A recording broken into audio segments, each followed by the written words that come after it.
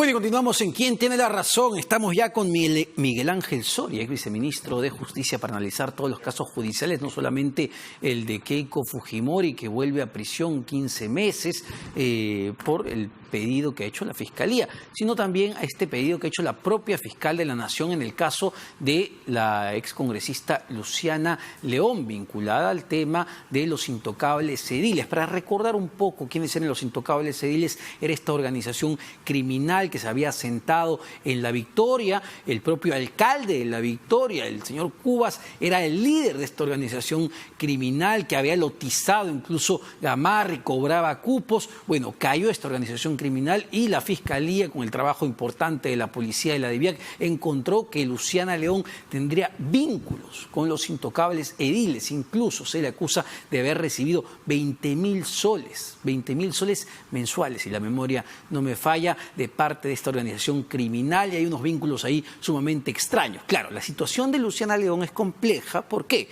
Es compleja porque ella todavía es congresista. Ella es miembro de la comisión permanente, entonces tiene ciertos escudos que justamente con el ex viceministro vamos a intentar entender cuál puede ser el futuro. Por lo pronto, la fiscal ha pedido su impedimento de salida. Muy buenas noches. Buenas noches, Omar, y muchas gracias por la invitación y con gusto de poder conversar sobre esos temas.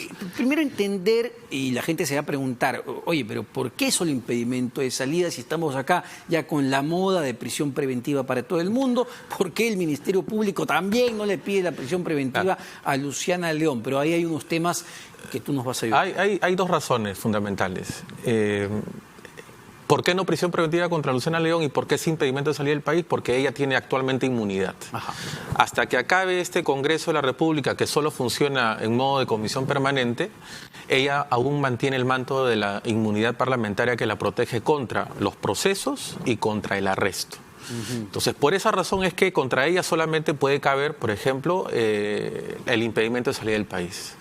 Ahora, el otro matiz era si es que ella estuviera en el Congreso de la República con 130 congresistas, es decir, si es que no se hubiera producido la disolución del Congreso, hubiera podido seguir ella la suerte de Kenji Fujimori y otros parlamentarios, quienes fueron suspendidos en el ejercicio. Se les levantó el fuero parlamentario para que fueran investigados en el fuero ordinario, ¿cierto?, por la Fiscalía, y mientras tanto esperaban sin inmunidad parlamentaria a la espera de las investigaciones.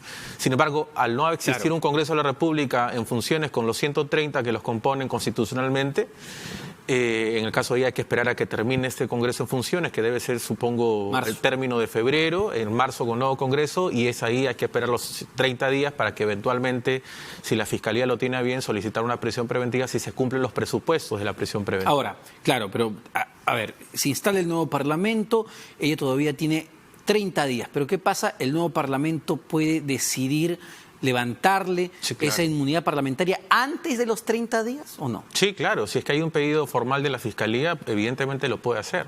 O sea, ya es un tema político y yo no creo que haya ningún problema en hacerlo, sobre todo en el contexto en donde existe la idea, el principio de la lucha anticorrupción.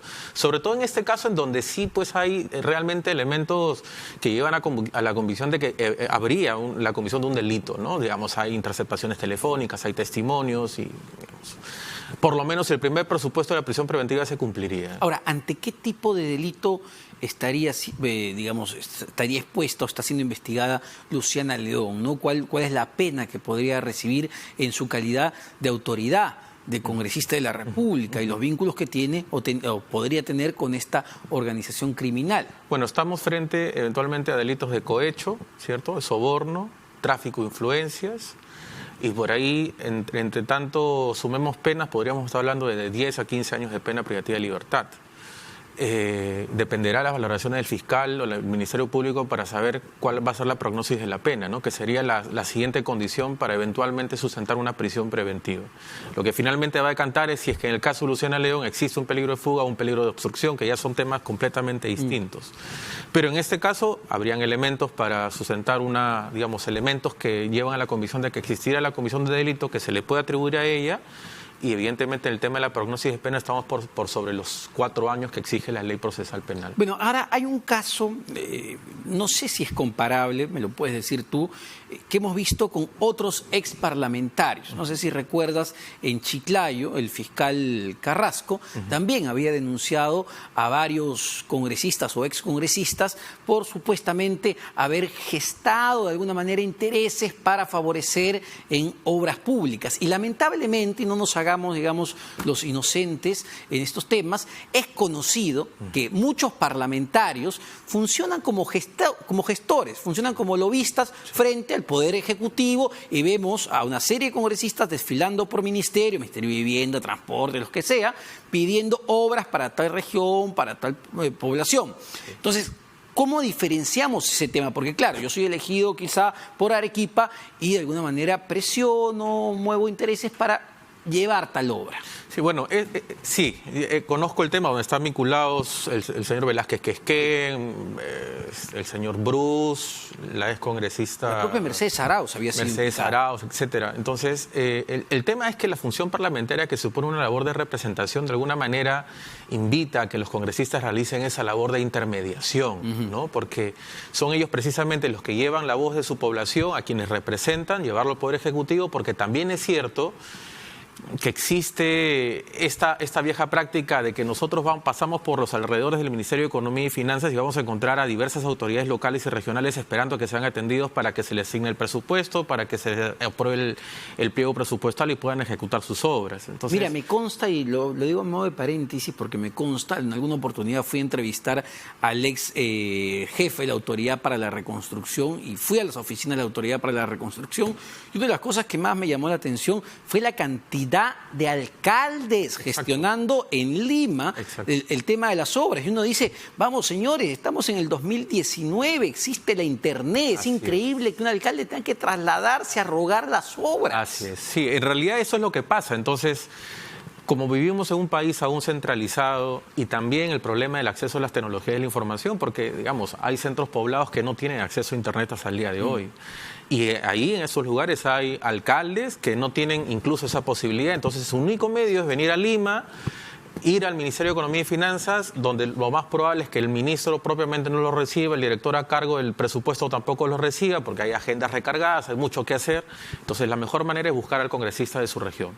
Buscan al congresista de la región y es ahí donde eventualmente se genera un escenario en donde podría haber actos de corrupción. Aquí es un tema de personas, ¿no? Claro. Evidentemente habrá malos congresistas que van, le dicen al alcalde, ok, voy a lograr el presupuesto, hablo con el ministro, con quien corresponda, pero me toca a mí el porcentaje que, bueno, supongo que arreglan siempre, ¿no? Miguel Ángel, antes de que se acabe el tiempo, quería hablar del tema de Keiko Fujimori, también un caso importante que ha dividido, digamos, a la opinión pública, de los que están a favor de que vuelva a prisión con esta prisión preventiva de 15 meses y los que creen que esto es un exceso y que la Fiscalía debió ya ir por la acusación. ¿Cómo evalúas, digamos, la resolución del juez? Mira, es cierto que a veces quienes opinan sobre la materia tienen el temor de caer en que si está a favor de la prisión preventiva está en la lucha anticorrupción y si está en contra de lo que se ha dictado en este contexto es fujimorista o está en ese escenario o está a favor de la corrupción. Y creo que acá hay que ser muy objetivos porque la prisión preventiva le puede tocar a cualquiera y en cualquier circunstancia. O sea, incluso por manejar en estado de ebriedad o en determinadas circunstancias, accidente en tránsito, una persona podría también pasar por una solicitud de prisión preventiva, como fue el caso del señor que lamentablemente tuvo el incidente en Villa El Salvador y generó la muerte ahora de más de 17 personas, ¿no? Entonces, ¿qué pasa con el caso de Keiko Fujimori? Es claro que también existen indicios razonables de que se ha cometido un delito.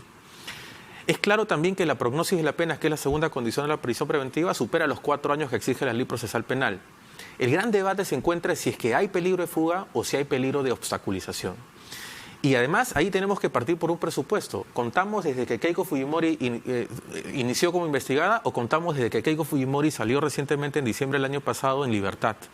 Desde mi óptica de derechos humanos creo que ella tiene que, digamos, su situación tiene que ser analizada desde cuando ella salió en libertad por orden del Tribunal Constitucional. Muchos dicen que la sentencia del Tribunal Constitucional la ha desfavorecido porque ella eventualmente como estrategia debió esperar hasta mayo, pero honestamente en ninguna cárcel del Perú ni del mundo ninguna persona quiere estar alejada de su familia. Entonces no es una estrategia legal ahí. Lo que sí encuentro es que no hay tantos fundamentos que corroboren una obstrucción o un peligro de fuga en el caso de ella concretamente. A ver, pero ¿qué opinas? Generó mucho revuelo esta declaración que ha dado Marta Chávez a Perú 21, donde dice que Keiko tiene derecho a mentir. Yo no sé si esto es un derecho, pero claramente para un fiscal el tema de mentir es considerado como obstruir la justicia, ¿o no? Claro, digamos que no es la frase más feliz, que suena éticamente, probablemente no suene tan bien, pero eso tiene un amparo jurídico.